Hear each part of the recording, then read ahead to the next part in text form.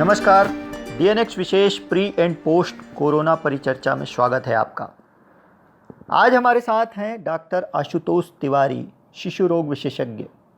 Doctor Ashutosh Tiwari संस्थापक Mahadev hospital Bilaspur Chhattisgarh से। Mahadev hospital ने छत्तीसगढ़ बिलासपुर में कोरोना के दोनों ही दौर में कोविड सेंटर्स के तौर पर अपनी सेवाएं दी। कोविड सेंटर्स में आने वाले मरीजों के उपचार, परिजनों की अपेक्षाओं सहित आज हम इनसे जानेंगे क्या देश, प्रदेश, प्रशासन और चिकित्सा जगत तैयार था कोरोना के दूसरे लहर के लिए। प्री एंड पोस्ट कोरोना परिचर्चा पर डॉक्टर आशुतोष तिवारी से सीधे जुड़े।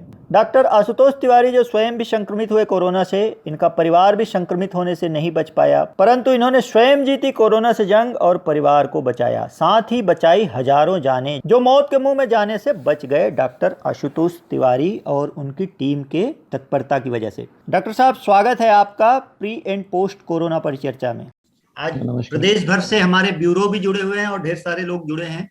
महादेव हॉस्पिटल कोविड सेंटर में कब तब्दील हुआ? प्रथम एवं द्वितीय लहर में मरीज जिनका उपचार हुआ, कितने मरीज आपके सेंटर में आए और रिकवर होके गए? देखिए, पहला दौर दूसरे दौर की तुलना में काफी छोटा था। दूसरा दौर काफी व्यापक रूप में था और संक्रमण दर भी बहुत ज्यादा थी और डेथ रेट भी बहुत ज्यादा थी। दोनों वेरिएंट्स में काफी डिफरेंस था और रिकवरी रेट फर्स्ट वेव में काफी ज्यादा अच्छी थी। जो दवाइयां दे रहे थे उनका असर काफी अच्छा हो रहा था। पेशेंट लोड काफी कम था, तो हॉस्पिटल मैनेजमेंट में भी काफी सहूलियत महसूस की हमने दूसरी वेव आने के बाद। पहली वेव में ही हमें काफी थकान हुई थी, पर दूसरी वेव देखने के बाद ऐसा लगा कि पहली वेव कुछ भी नहीं थी।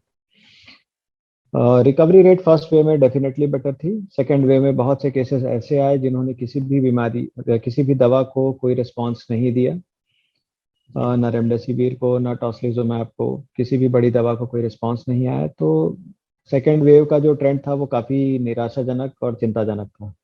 डीएनएक्स ब्यूरो नेटवर्क की डॉक्टर साहब से जिज्ञासा। कोरोना के शुरुआती दौर में अन्य बीमारियों के लिए डॉक्टर एवं चिकित्सा संस्थान उपलब्ध नहीं थे, क्या डॉक्टर्स डर रहे थे? देखिए, बड़ी रहस्यमय बीमारी है और इसका क्या इम्पैक्ट किस आदमी पे पड़ने वाला है इसको कोई प्रेडिक्ट नहीं कर सकता जी। आज अगर मेरे को या आपको एक साथ इन्फेक्शन हो जाए तो आप में क्या ट्रेंड होगा या मेरे में क्या ट्रेंड होगा, मैं एज अ डॉक्टर उसको प्रेडिक्ट करना बड़ा मुश्किल काम है। जिस समय की हम बात कर रहे हैं उस समय हमारे पास डाटा बहुत कम था और बीमारी के बारे में जानकारी भी बहुत कम थी और ट्रीटमेंट गाइडलाइंस भी बहुत ज़्यादा क्लियर नहीं थी। दूसरी चीज़, जो इनिशियल फेज था उसमें प्राइवेट हॉस्पिटल्स को परमिशन नहीं मिली थी कोविड का ट्रीटमेंट करने की। ज़्यादातर ट्रीटमेंट गवर्नमेंट यूनिट्स में चल रहा था। जब परिस्थिति ऐसी बनी कि गवर्नमेंट यूनिट से में मरीज से नहीं मैनेज हो सकते थे या हमको इंटेंसिव केयर की ज़रूरत पड़ी, जब कम्युनिटी लेवल से हटके जब लड़ाई हॉस्पिटल्स के लेवल पे पहुंची, तब फिर प्राइवेट हॉस्पिटल्स का रोल शुरू हुआ जी। तो कुछ देरी तो इस वजह से भी हुई कि प्रशासनिक स्तर पर प्राइवेट हॉस्पिटल्स को इन्वॉल्व करना है, ये डिसीजन लेट हुआ। फिर प्रोटेक्शन को लेकर भी डिफरेंस था। सेकेंड वेव में हम जितने भी हेल्थ वर्कर थे, सेकेंड वेव आने से पहले मेजॉरिटी सारे के सारे वैक्सीनेट हो चुके थे, तो एक सिक्योरिटी का लेवल हमको फील होता है। हम इम्यूनाइज्ड हैं, वैक्सीनेटेड हैं, तो उसका एक कंफर्ट लेवल हमको मिलता है, एक कॉन्फिडेंस लेवल मिलता है। फर्स्ट वेव में वो कॉन्फिडेंस लेवल डॉक्टर्स के साथ नहीं था। फिर हर डॉक्टर कोविड का इलाज नहीं कर सकता। जो इंटेंसिविस्ट हैं, जिनके पास इंटेंसिव केयर यूनिट है, वो कोविड का इलाज कर सकते हैं जी। है ना। प्राइवेट हॉस्पिटल्स में टेस्टिंग फैसिलिटी नहीं थी, तो किसी भी पेशेंट को ये टेस्ट किए बिना कि उसे कोविड है कि नहीं है उसके सामने एक्सपोज होना किसी तरह से समझदारी नहीं है। अगर आप खुद अगर इन्फेक्ट हो जाते हैं तो जो वो सेवा आप कर सकते हैं वो भी खत्म हो जाएगी। कोरोना का यह दौर खत्म होने का है या शुरुआती दौर है? देखिए, जितनी स्ट्रिक्टली आप इसको फॉलो करेंगे उतनी जल्दी आपको इससे मुक्ति मिल सकती है। हम लापरवाही करते हैं, इसीलिए बीमारी हमारे शरीर में या समाज के अंदर घुसती है। अगर हम सोशल डिस्टेंसिंग मेंटेन करें, प्रॉपर मास्क पहने, सैनिटाइजेशन फॉलो करें, तो कोरोना हमारे तक नहीं पहुंच सकता। तो कहीं ना कहीं इसको कड़ाई से पालन नहीं कर पाने के कारण ये लगातार समाज में अपनी जड़ें बनाकर बैठा हुआ है। तो जितनी जल्दी हम इसको स्ट्रिक्टली फॉलो करेंगे और जितने ज्यादा समय तक, एक कठोर व्रत है जो हम सबको लेना पड़ेगा, और जितनी कठोरता से इस व्रत का पालन करेंगे उतनी जल्दी हमको इससे मुक्ति मिलेगी। तो ये हमारे व्यवहार पर निर्भर करता है कि ये लंबा होगा कि छोटा होगा। आम जन की जिज्ञासाएं, कोरोना वायरस है क्या? मेडिकल एक्सपर्ट के तौर पे मैं ये बता सकता हूँ कि एक आरएनए वायरस है, पहले भी था।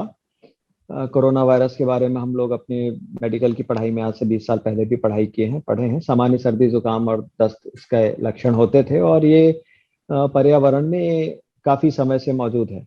पर ये जो नया स्ट्रेन आया है, इसका जो इम्पैक्ट है, ये अपर रेस्पिरेटरी से मूव करके लोअर रेस्पिरेटरी ट्रैक्ट में गया है और इसके साथ साथ जो बॉडी का इम्यून सिस्टम है उस पर भी इसका काफी वाइड इम्पैक्ट आया है। तो ये सारी चीजें देखते हुए ये समझ में आता है कि ये जो वायरस है, जी। लैब मेड होने की भी इसकी संभावनाएं बहुत ज्यादा हैं। डॉक्टर साहब, पोस्ट कोरोना इफेक्ट पर प्रकाश डालें। बहुत से मरीज जो रिकवर होके गए हैं उनमें बहुत सारे कॉम्प्लिकेशंस सुनने में आ रहा है, जैसे ब्लैक फंगस या अन्य अनेक परेशानियां। देखिए, कोरोना से रिकवरी को थोड़ा सा हम गलत तरीके से समझ रहे हैं। कोरोना का जो इंटेंसिव फेज का केयर होता है वो हॉस्पिटल में होता है। आप हॉस्पिटल में उस समय रहते हैं जब तक आपको ऑक्सीजन की रिक्वायरमेंट है। ऑक्सीजन की रिक्वायरमेंट खत्म हो जाने का ये मतलब नहीं होता है कि बीमारी का असर आपके शरीर पे या बीमारी आपके शरीर से चली गई है। कोरोना वायरस जरूर आपके शरीर से चला गया है, लेकिन उसने जो अलग अलग अंगों को नुकसान पहुंचाया है वो अभी भी रिपेयर के प्रोसेस में है। कुछ रिपेयर का प्रोसेस हो पाता है, कुछ रिपेयर का प्रोसेस नहीं हो पाता। अगर किसी का तालू, उंगली या कोई शरीर का हिस्सा काला हो रहा है तो वो एक गैंग्रीन होता है कि ब्लड वेसल्स हमारी ब्लॉक हो जाती हैं और जिस हिस्से पे ब्लॉक होती है उसके आगे की ब्लड सप्लाई खत्म हो जाती है। और चूंकि हमारी ब्लड वेसल्स ही ऑक्सीजन और बाकी न्यूट्रिएंट्स को हमारी बॉडी में सप्लाई करती है, तो जहां पर पे वो सप्लाई खत्म होती है उसके आगे का जो हिस्सा होता है वो काला पड़ जाता है, सड़ जाता है। इसको गैंग्रीन बोलते हैं। ये एक कॉम्प्लिकेशन है कोविड में, क्योंकि जो कोविड है इसमें हमारी जो खून की जमने की क्षमता है कई गुना ज्यादा बढ़ जाती है। तो ब्लड की क्लॉटिंग का जो प्रोसेस होता है, नॉर्मल प्रोसेस होता है, उससे कई टाइम से इंक्रीज हो जाता है और इसके कारण शरीर के अलग अलग हिस्सों में ब्लड क्लॉट्स बनने के बाद उसमें आगे के ऑर्गन में ब्लड सप्लाई कम होने से गैंग्रीन की अवस्था आ सकती है। दिमाग में अगर ब्लड सर्कुलेशन कम हो जाए तो स्ट्रोक या लकवा की शिकायत आ सकती है। हार्ट में अगर कोई ऐसा थ्रोम्बस जाके चल फंस जाए तो हार्ट अटैक की भी संभावना इसमें बनती है। तो आफ्टर कोविड भी काफी कॉम्प्लिकेशंस हैं जिनको अभी अपने को समझना होगा, क्योंकि नई बीमारी है और अभी आगे चल के 2 साल 3 साल में भी क्या कॉम्प्लिकेशंस है, 5 साल बाद भी क्या कॉम्प्लिकेशन है, समय के साथ ही हमको पता चलेगा और जैसे जैसे कॉम्प्लिकेशंस आएंगी उनका इलाज किया जाएगा। कोरोना का दूसरा लहर जब पीक में था, हॉस्पिटल्स में बेड की मारामारी थी, चारों ओर लगातार लोगों के खत्म होने की खबर आ रही थी। इस समय आपके परिजनों की क्या मानसिक स्थिति थी? आपके परिजन भी क्या दहशत में थे और उनका किस हद तक सहयोग आपको मिला? देखिए, कोई भी काम अकेले सफल नहीं होता है। पूरी टीम होती है और परिवार का सपोर्ट था तभी कोविड में काम कर पाया। अगर परिवार का सपोर्ट नहीं होता तो शायद मैं कोविड आईसीयू के अंदर कदम भी नहीं रख पाता। तो परिवार का पूरा सपोर्ट था। फर्स्ट वे में मैं इन्फेक्ट हो गया था, मेरी मदर इन्फेक्ट हो चुकी थी, मेरी वाइफ इन्फेक्ट हो चुकी थी, वो खुद भी डॉक्टर हैं, मेरी बेटी इन्फेक्ट हो चुकी थी। तो हम फर्स्ट वे में ही, हम जब कोविड में आईसीयू में काम किए तो उसके 15 दिन बाद ही मुझे इन्फेक्शन पकड़ लिया था, मेरे लंग्स में निमोनिया आ गया था, मुझे खुद एडमिट होकर ट्रीटमेंट लेना पड़ा था। तो वो चीज़ हमने फेस की, काफी पास से फेस की। तो ये भी समझ में आ गया था क्योंकि फर्स्ट वे में हम इन्फेक्ट हो चुके हैं तो हमारे अंदर एक नेचुरल इम्यूनिटी डेवलप हो चुकी है और सेकेंड वेव से पहले वैक्सीनेशन भी हो चुका है। दूसरे लहर में खासकर बहुत से अस्पतालों को स्टाफ की समस्या से जूझना पड़ा। पैरामेडिकल स्टाफ, नर्सिंग स्टाफ, जो रेगुलर स्टाफ था वो छोड़ के चले गए। क्या आपको भी इन दिक्कतों का सामना करना पड़ा? दूसरी चीज जो आपने पूछी वो बहुत बड़ी है, स्टाफ की क्राइसिस। हाँ, डेफिनेटली स्टाफ की क्राइसिस थी, क्योंकि हर व्यक्ति को कोविड वार्ड में काम करने के लिए मोटिवेट कर पाना बड़ा कठिन काम होता है। कोई भी व्यक्ति उस मौत के कुएं में, मैं कोविड वार्ड को मौत का कुआं ही कहता हूँ, क्योंकि उसमें अंदर आप जा रहे हैं तो आप कब इन्फेक्ट हो जाएं और बीमारी कब आपको अपनी तरफ खींच ले आप नहीं जानते। तो उस मौत के कुएं में कदम रखने के लिए किसी को भी मोटिवेट करना आसान काम नहीं होता है।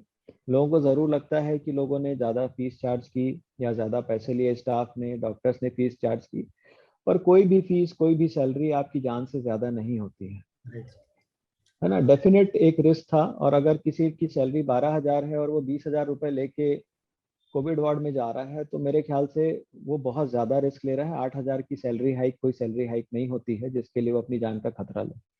तो इसके लिए सबसे बड़ी चीज़ जो होती है, कोई भी स्टाफ अगर अंदर जा रहा है तो उसके मन में सेवा की भावना है, तभी वो अंदर जा रहा है। हर वो स्टाफ जो कोविड वार्ड में काम किया है, तो उसने इसलिए काम किया कि वो सेवा करना चाहता था, वो इस लड़ाई में अपना योगदान देना चाहता था और 100% उसका कमिटमेंट था, तभी वो इसमें काम किया।